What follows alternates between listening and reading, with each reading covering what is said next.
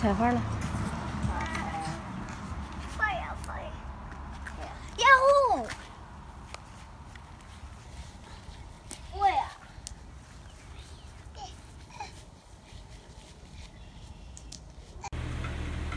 那我是用了这个工具，给大家看一下，就是这样子的一个工具。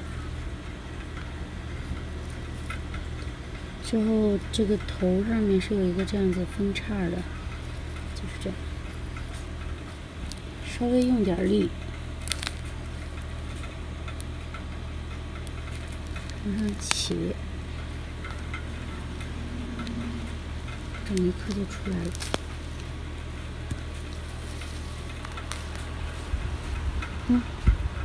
根部。这是我今天新鲜采摘的这个蒲公英，我们现在来处理一下，就是把那些老叶子、枯黄的叶子，或者是这些小花朵儿，我们都给摘掉。之后要多冲洗几遍一定要洗干净。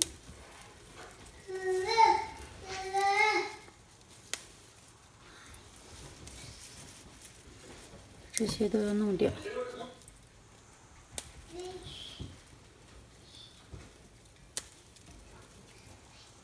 就是这个，我晾晒这个蒲公英呢，是因为有一次我长期咳嗽，去看了好多医生，都没有效果，最后得用那种喷雾的那种有激素的那种药来控制。我有一个朋友呢，就推荐我用一下蒲公英，当时是新鲜采摘的蒲公英，煮水，煮好的那个水跟蒲公英，我全部都要吃下去，连吃了2顿，就明显感觉那个咳嗽好很多。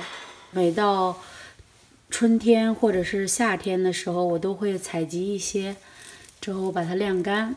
冬天咳嗽的时候，我就会泡茶喝。好了，就是这样子，差不多了。之后我们就要洗干净。来，我们先浸泡一下。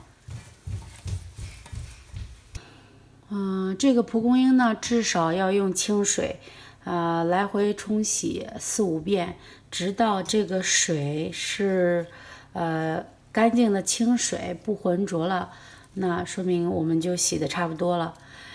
洗好以后呢，我在这里要加，因为我只是在做示范，我的量比较少，是只有2颗大的蒲公英，所以我只需要加入大半勺的这个盐。这个的作用是为了把里面的那些小虫子给清洁出来，让它在这里浸泡至少10到15分钟。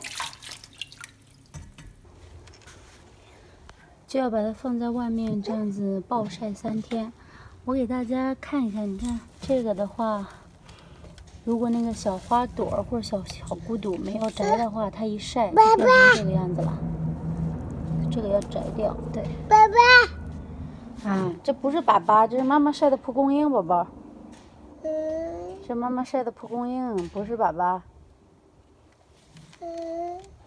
每天早上10点钟左右拿出来晒太阳，到了下午5、6点的时候就会拿回房间，连续3天这样的流程，差不多7到8分干就可以选一个通风阴凉的地方让它自然晾干。这个房间旁边就是有一个通风口，这样子空气流通会好一些。晾干的标准是用手可以揉碎，就说明干得很透彻，储存起来就不容易发霉。晾干的蒲公英放到可以密封的袋子里储存起来，最好储存在干燥的地方。